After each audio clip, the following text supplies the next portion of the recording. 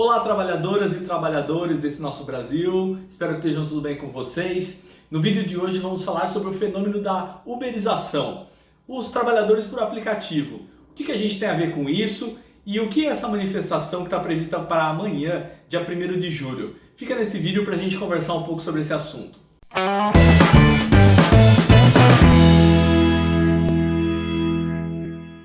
Olá, meu nome é Daniel Rizzoli, bem-vindo ao canal Entreter Direito.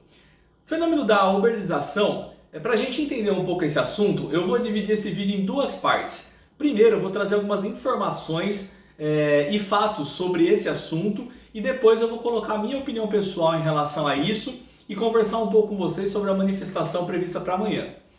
Bom, o fenômeno da uberização, que é como que foi conhecido, é a questão dos trabalhadores por aplicativos.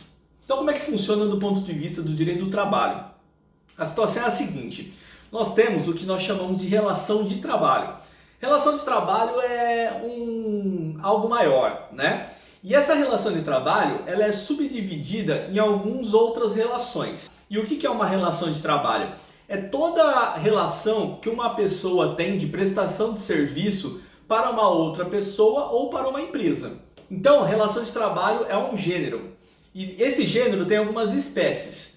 Essas espécies são, por exemplo, o trabalho autônomo, o trabalhador servidor público estatutário, nós temos o microempreendedor individual e temos a relação de emprego. Todas essas relações, a que a gente mais conhece e que tem mais relação com o direito do trabalho é a relação de emprego, que é aquela relação em que o trabalhador ele está protegido pela legislação trabalhista, e mais especificamente a CLT. Agora, para ele ser considerado um trabalhador em relação de emprego e, portanto, se aplicar a CLT nele, é necessário que esteja presente ao mesmo tempo 4 requisitos. Esses requisitos são onerosidade, pessoalidade, subordinação e habitualidade. Então, falando da onerosidade, significa que o trabalho tem que ser pago, tem que ter uma contrapartida em dinheiro, certo? E aí, então, por isso que uma pessoa que tem um trabalho voluntário não se aplica a CLT a ele. Você tem que ter subordinação. Subordinação é a pessoa que está tomando o seu serviço tem algum poder de comando em relação a você. Ele pode definir os seus horários, ele pode determinar como vai ser feito o seu trabalho. E aí por isso que um autônomo, por exemplo, não está inserido nessa relação de emprego, porque ele é autônomo, ele não tem essa subordinação. Ele faz o trabalho da forma como ele entende ser devido e o que foi combinado entre as partes por meio de um contrato. Por isso que autônomo não é abrangido pela CLT.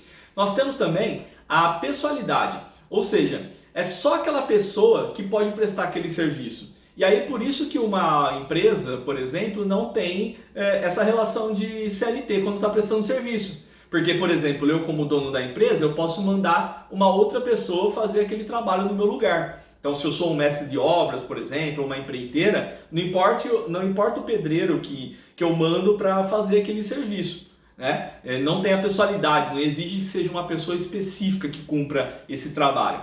E por fim, nós temos a habitualidade, ou seja, tem que ter uma certa habitualidade, não é um trabalho esporádico, eu contrato uma pessoa para uma determinada situação e nunca mais eu tenho um contato com essa pessoa, ela prestou aquele serviço determinado, acabou a nossa relação.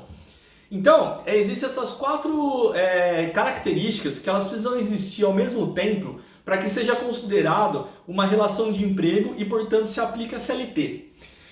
E aí, até então, todos os exemplos que a gente tinha, como eu citei, autônomo, relação de emprego, um servidor estatutário, todas essas tipos de relações, ela era até que previsível, dava para fazer uma divisão bem distinta, na maior parte das vezes, em relação a um caso concreto.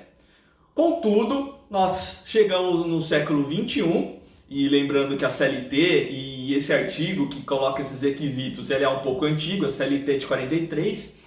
Então, o século XXI trouxe a modernidade, trouxe uma situação que é aplicativos que junta uma pessoa que precisa de um serviço e uma pessoa que quer prestar.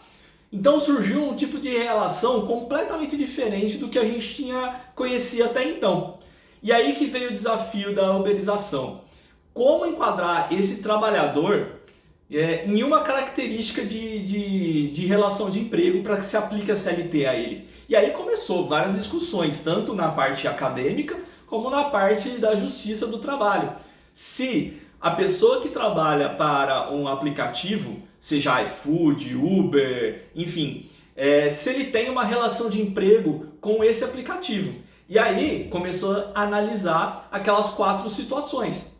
Se ele tem subordinação, pessoalidade, onerosidade e habitualidade. E aí começou a se analisar esses 4 requisitos. E aí começou a surgir decisão para tudo quanto é gosto. Tem juízes, tem tribunais que reconhecem que o trabalhador se enquadra, que um trabalhador de aplicativos tem as 4 características e, portanto, ele tem um vínculo de emprego com a empresa de aplicativo e, portanto, ele é um trabalhador protegido pela CLT. E tem muitas decisões no sentido de que falta alguns requisitos dessa relação de emprego e, portanto, ele não está abrangido pela CLT e, portanto, sem nenhum direito. Mas qual que é o fato de tudo isso? Para além dessa discussão, é que o trabalhador de aplicativo ele tem que ter algum tipo de proteção, não pode ficar mais do jeito que está. O trabalhador de aplicativo ele não tem limite de jornada, ele recebe uma remuneração muito baixa pelo serviço que ele presta. Se ele ficar doente ou sofrer um acidente, ninguém se responsabiliza por isso, nem o aplicativo, nem o INSS. Então é uma situação completamente vulnerável do trabalhador de aplicativo. E isso piorou muito, escancarou em relação à pandemia. Eram os trabalhadores que mais precisaram trabalhar, com menos proteção e numa situação muito precária.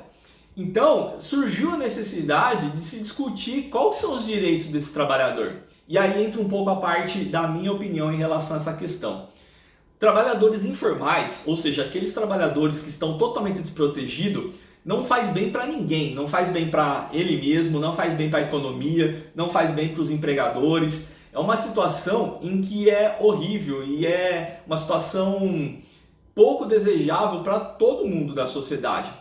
Porque pensa bem, imagina esse trabalhador na informalidade, os riscos que ele está exposto, a falta de previsibilidade de pagamento que ele tem. Como é que esse trabalhador ele vai conseguir fazer uma conta com um planejamento maior, fazer uma compra, um financiamento?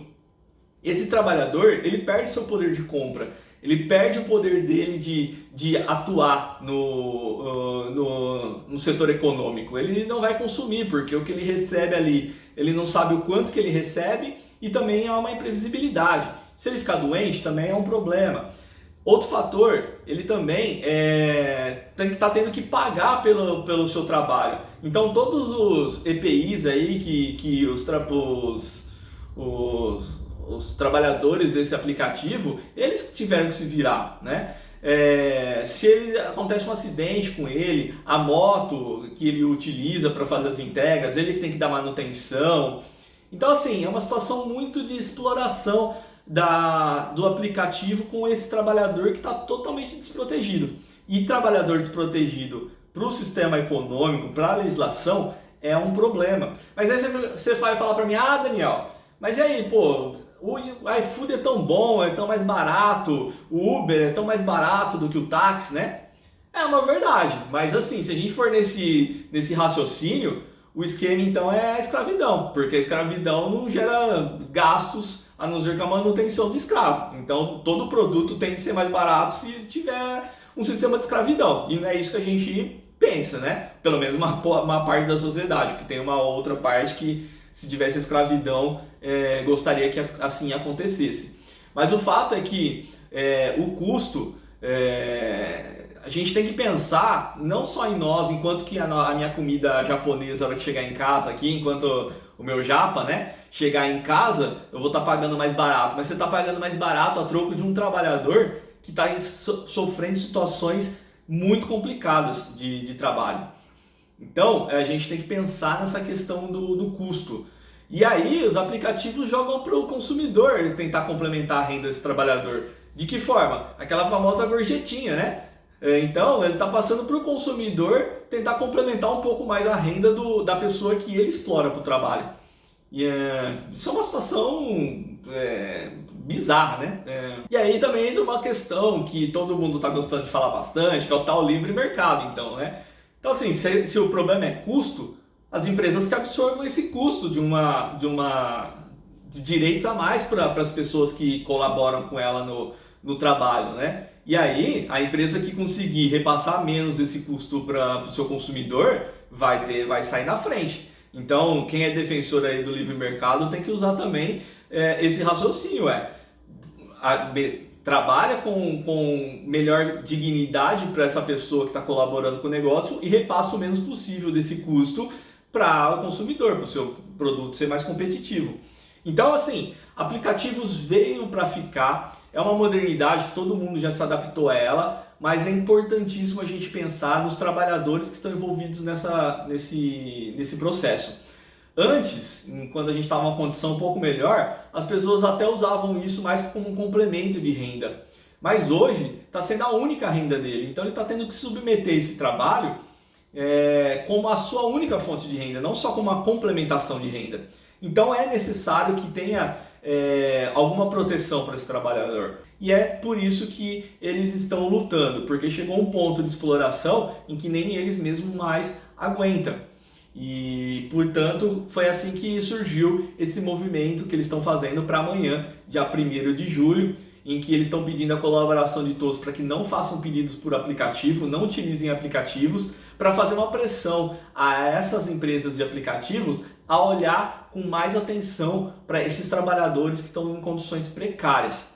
Então, se você puder colaborar com essa causa, tem a ver com nós, por mais que você não seja um trabalhador de aplicativo, por mais que você não conheça ninguém que trabalhe em aplicativo, mas é uma questão de sensibilidade, uma questão de humanidade e uma questão até de pensar em você mesmo, porque uma economia em que esses trabalhadores não estão inseridos e em condições precárias, eu creio que ninguém pensa em viver numa sociedade que tenha trabalhadores nessa condição. Assim como vários outros, mas aqui eu estou dizendo de um caso mais específico, certo? Então, se puderem contribuir com essa causa, eu acho extremamente interessante, extremamente importante para como a gente quer que nossa sociedade seja mais para frente. É fundamental olhar para esses trabalhadores.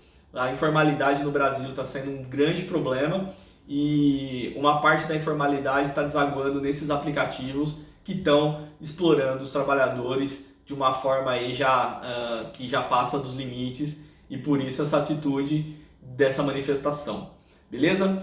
Espero que esse vídeo tenha ajudado vocês a refletirem sobre esse assunto. Se vocês quiserem deixar algum comentário em relação à sua opinião, fica aqui então a dica, curta, se inscreva no canal e um grande abraço e até o próximo vídeo.